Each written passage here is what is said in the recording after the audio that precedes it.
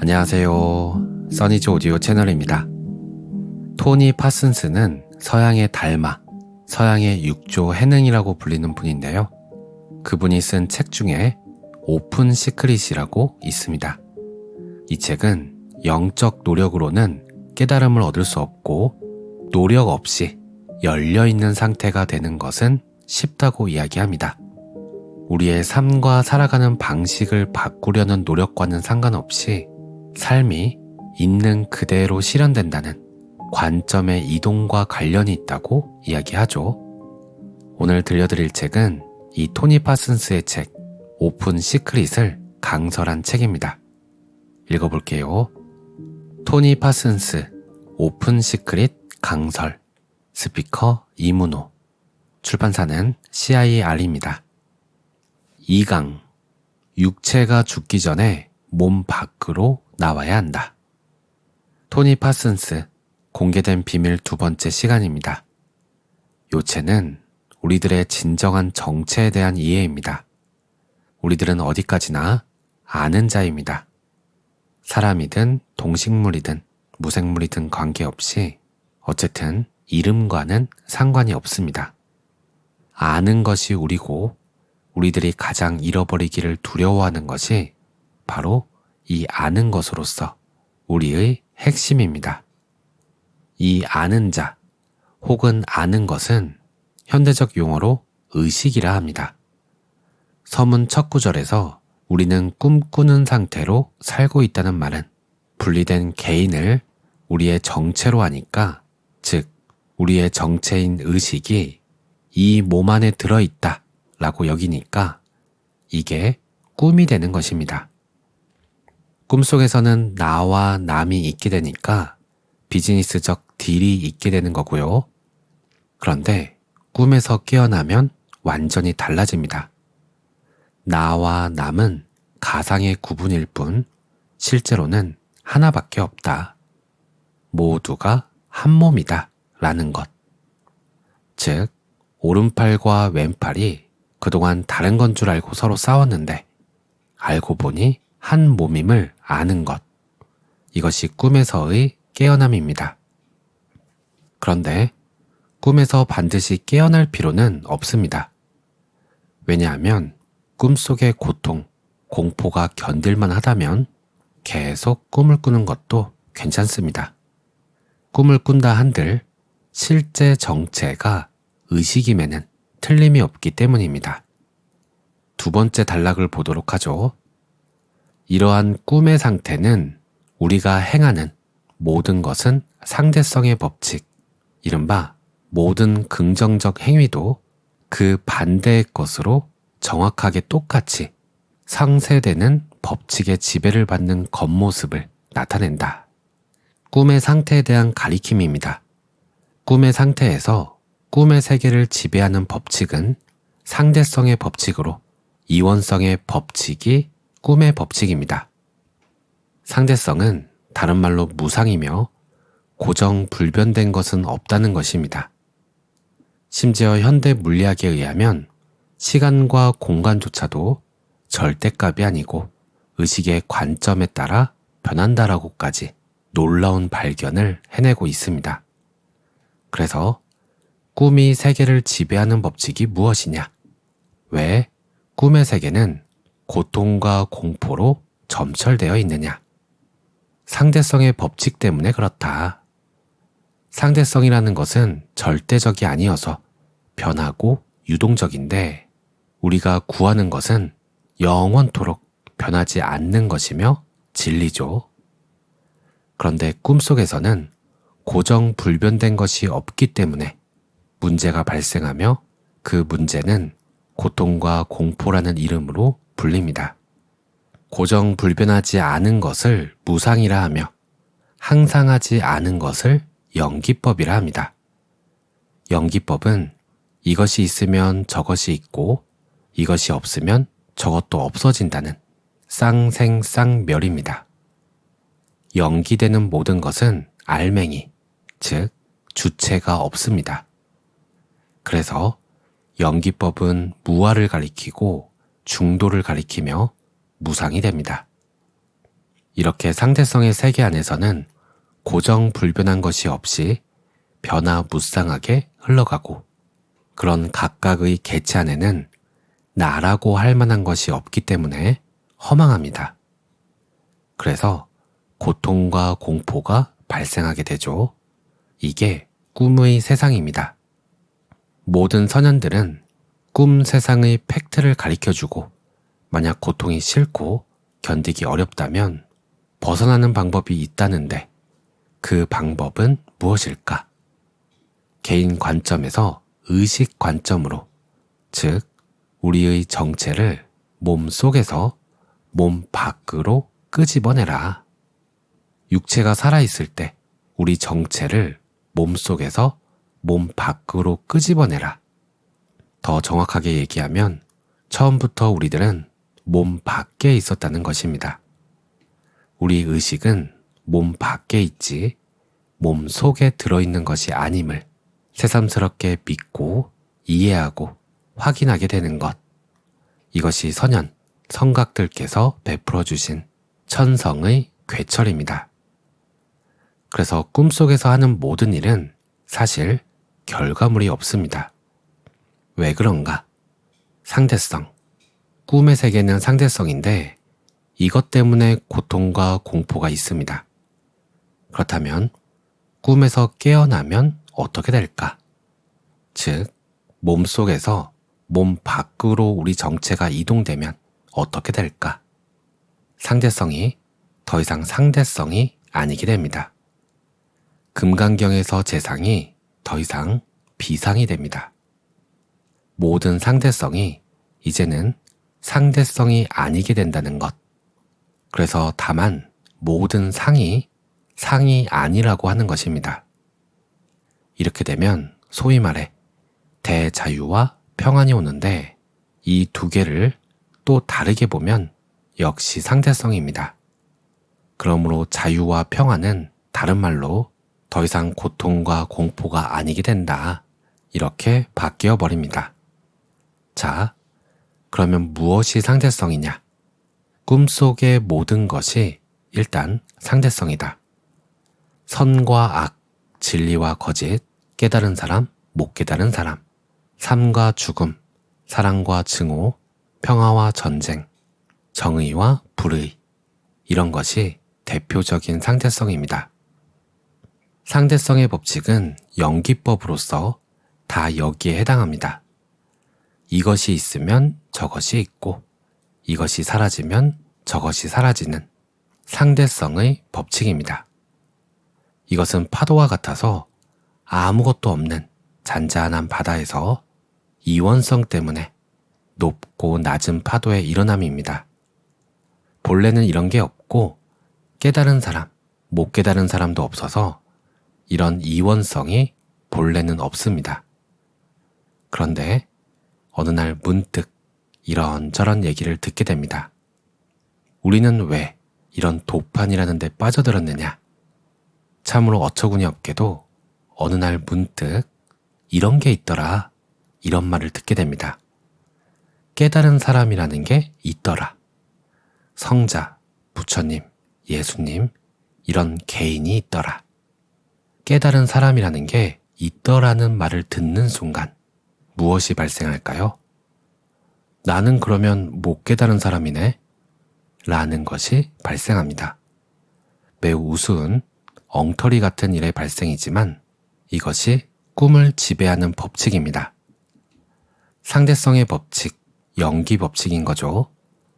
그래서 우리가 어려서 천진난만할 때는 단일한 의식이었는데 어느 날 문득 옷의 전후로 자아가 형성되고 멀쩡하게 잘 있던 우리 정체가 몸속으로 들어가 버립니다. 착각과 오해가 일어나는 것인데 우리의 문명과 문화가 그렇게 전도몽상을 일으키는 것입니다. 그 이후에는 어느 날 문득 깨달은 사람이 있더라 라는 말을 듣는 순간 못 깨달은 사람이 갑자기 탄생합니다. 그래서 못 깨달은 사람은 진실로 못 깨달아서 못 깨달은 게 아니고 깨달은 사람이라는 어떤 허망한 개념이 꿈속에서 일어나니까 못 깨달은 사람도 갑자기 발생하게 됩니다. 이것이 전문 용어로 의문의 일패라는 겁니다. 의문의 일패를 당하게 되는 거죠. 가만히 앉아 있다가 갑자기 루저가 되어버립니다. 이때 어느 한쪽만 생겨나는 게 아닙니다. 동시입니다. 동시생, 동시멸입니다. 그런데 왜 깨달은 뒤에는 부처와 중생이 따로 없느냐? 깨닫고 나면 깨달은 사람이 없어지게 됩니다. 깨달은 사람이 없어지면 자연히 못 깨달은 사람도 없어지게 됩니다. 즉, 금강경에 모든 중생을 구제하고 봤더니 한 중생도 구제한 바가 없더라 라는 뜻이 바로 이 얘기입니다. 즉, 부처가 되기 전에는 꿈속에서 살며 깨달은 사람과 못 깨달은 사람이 따로 있는 줄 알다가 성각의 말씀을 듣고 보니 진정한 우리의 정체인 의식이 몸속이 아닌 몸 밖에 있다는 사실을 믿고 이해하는 순간 상대성이 없어져 버립니다. 그래서 깨달은 사람이 사라져 버리니 못 깨달은 사람도 없어지며 본래 없었던 것이 되는 것입니다. 결국 중생이 본래 없었던 것입니다. 그럼 처음부터 부처는 있었느냐? 아닙니다. 부처도 없었습니다. 부처와 중생이야말로 가장 가짜 개념입니다.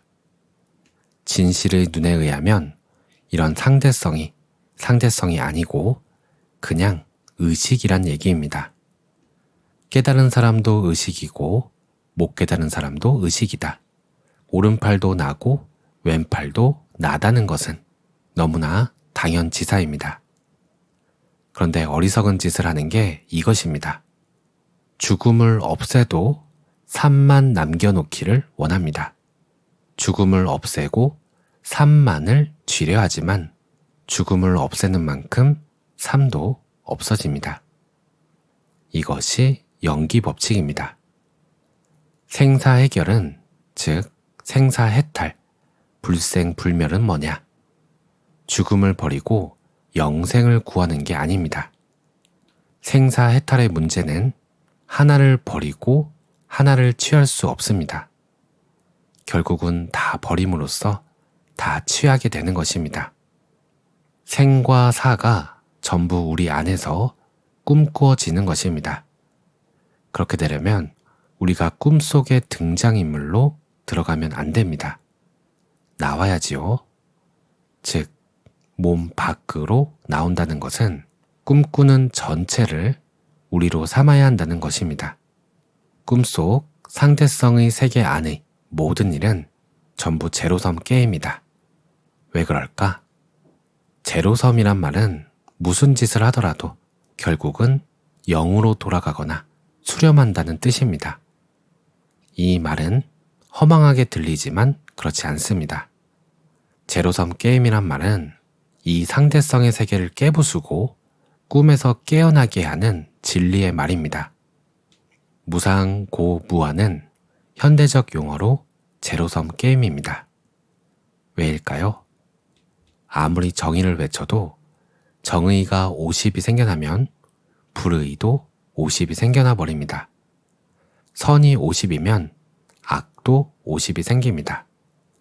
플러스 마이너스 50이면 결국 합하면 제로가 되어버립니다.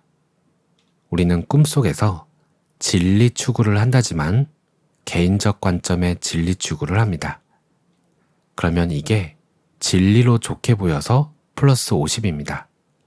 그러면 동시에 마이너스 50이 생겨나서 결국은 제로로 돌아가 버립니다.